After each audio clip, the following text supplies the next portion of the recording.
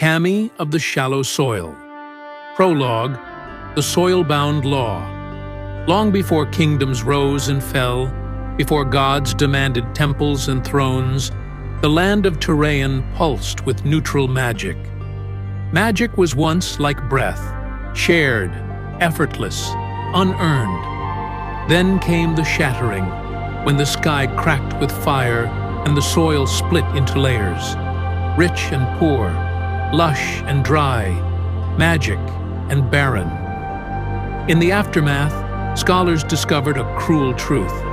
The soil beneath one's birth imbued them with a permanent magical potential. Children born upon rich, dark earth grew up to wield spells of terrifying scope. Those born upon sand or rock might never summon even a flame. Thus, Tyranny grew divided. Soil became currency. Entire dynasties rose by controlling fertile lands. Cities stacked citizens according to earth value, with the poor relegated to the outlands, where the soil was gray, shallow, and nearly dead. Religion sealed the divide. The verdant faith claimed the soil's nourishment reflected divine judgment. Rich soil was a blessing, barren soil a punishment. The monarchy, seated atop the holy mounds of Vermeer, ruled with both scepter and spell, decreeing all resistance as heresy. But there was one type of land worse than even the shallow gray. It was called the hollow soil. Found in scarred valleys and cursed battlefields, hollow soil could produce no magic at all, not even a spark. No matter how gifted the soul, no spell could be born upon it. Historians said it was where the gods once died. Clerics claimed it was punishment for ancient sin, land stripped of creation by divine wrath. To walk barefoot on hollow soil was considered a sin in some faiths, a desecration of one's birthright. Children born on it were sometimes taken away or left to die, believed to be cursed husks. The hollow soil became a symbol of silence, guilt, and spiritual rot. Chapter 1. The boy who could not burn Cami was born in the gray flats, where the soil crumbled to dust and even weeds refused to grow. His mother, Leah, gave birth to him beneath a broken shrine carved into stone, its idol long since defaced. There were no midwives, no record keepers, only wind, dust, and the faint crackle of dying magic in the air. His father was never named. At 6, Cami watched his peers summon sparks from their palms during the awakening trials. He stepped forward and tried to light a simple wick. Nothing.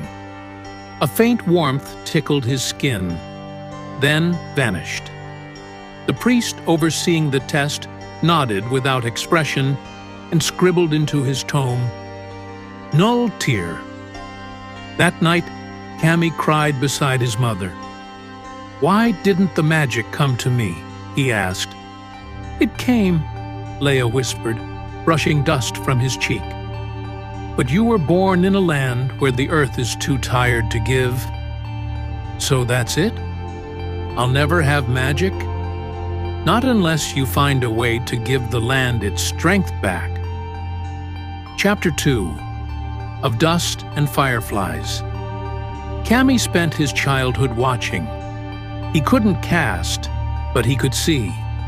He saw how magic left residue on the soil, turning once lush training grounds into pale circles. He saw how traveling mages carried jars of rich dirt with them, scooping it beneath their feet before casting. He saw the old drunk in the village who whispered that once, long ago, even the gray flats had bloomed. He began experimenting.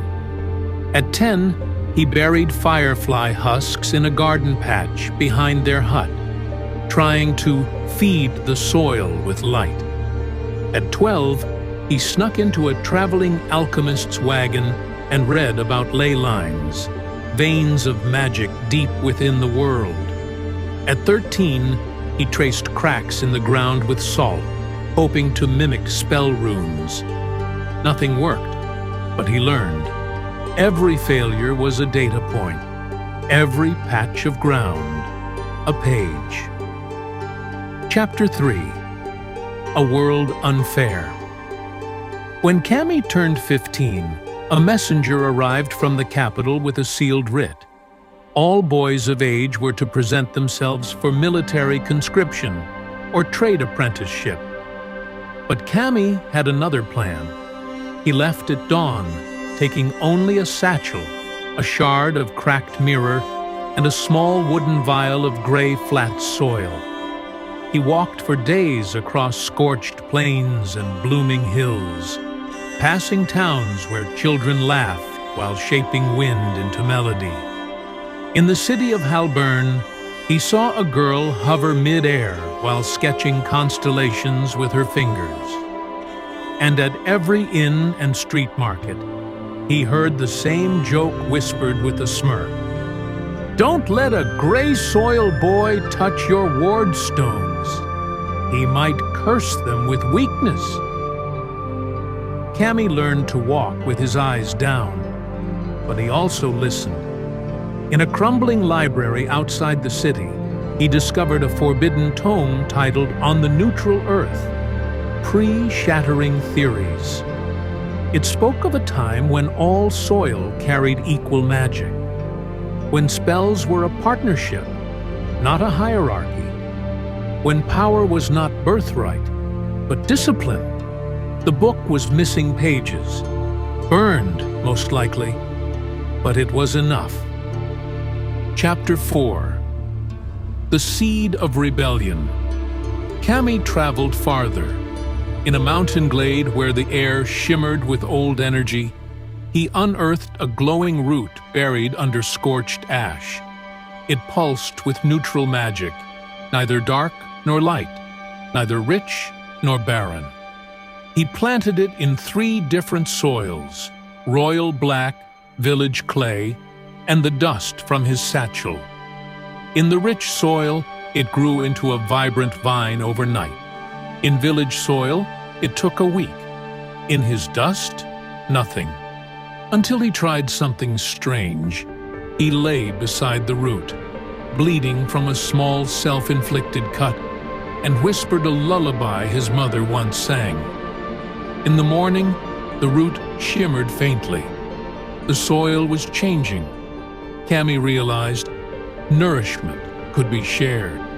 Magic could flow again, but it needed a catalyst, something or someone willing to sacrifice. Chapter 5. The Even Root. Cami began to gather like minds, a healer from the slums, a scholar exiled for questioning the church, a gravedigger who had seen soil grow lush over forgotten graves. They called themselves the Even Root. Their creed, soil shall not decide the soul. Cami taught them soil weave, a ritual that fed one's own essence into the land to reawaken it. It was slow, painful, and exhausting, but it worked. Villages once deemed barren saw small flowers bloom. Children who had never cast now sparked flames in their sleep. The monarchy noticed. The Queen of Verdanta declared the Even Root terrorists. Church sermons warned of soil heresy and soul thieves who defy the divine balance. Knights razed towns known to support Cami. Grimoires were burned. Soil weavers were executed publicly. Cami was forced underground. But he did not stop. Chapter 6. The Grimoire of Roots. Hidden in the ruins of a sunken monastery, Cami forged a living spell from thousands of fragments. Chants, glyphs, soil samples, soul threads, and ley markings. He called it the Grimoire of Roots. It was not a book, but a living weave of spells, memories, and spirit. To cast it would bind Cami's own life to the land. He would become a conduit, dispersing his essence into every soil particle across terrain. But it would kill him. Still, he prepared, not for fame nor revenge, but for the children yet unborn in the Grey Flats. Chapter 7. The Soil Quake. On the day of reckoning, Cami walked into Verdantion, the capital city, alone. Citizens watched as knights surrounded him, priests shrieked, nobles laughed. He climbed the palace spire, with blood trailing down his arm and chants woven into his breath. He opened the grimoire of roots. He whispered the names of forgotten villages. He spoke the lullaby his mother sang.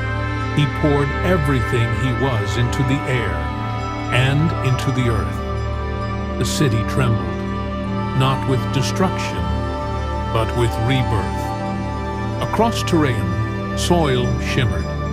Gray flats turned black. Rocky highlands softened. Even royal gardens wept with new humility. And in hollow soil, where magic was thought dead, tiny pulses began to flicker for the first time in centuries. Cami vanished. Epilogue. The Soil-Born Charter. A decade passed. The monarchy fell. The temples fell silent. The royal lines, once bloated with blood and birthright, scattered like seeds on wind-blown stone. In their place rose a new kind of order, a council of many, farmers, mages, builders, healers, and poets. They called themselves soil walkers, caretakers of land and life. There were no crowns, no thrones, only hands that had known both blisters and bloom. They etched a new code into the walls of the once holy palace. No child shall be judged by the earth beneath their feet, for all land is now one land, and all magic one magic. They called it the Soil-Born Charter. It did not erase the past, but it sowed something new. Magic schools were rebuilt with shared ground, equal mixtures of every soil type. Spellcasting became less a measure of birth, more a practice of balance. And in what was once the Grey Flats, now a valley of humming roots and golden grain, children of every background gathered to learn not just to wield magic, but to restore it.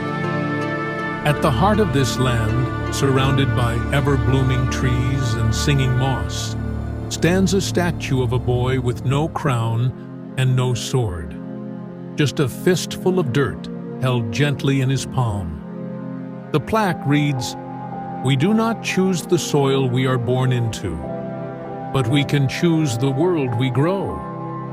Some say, on the first day of spring, the statue weeps a single tear of dew, and where it falls, a flower blooms.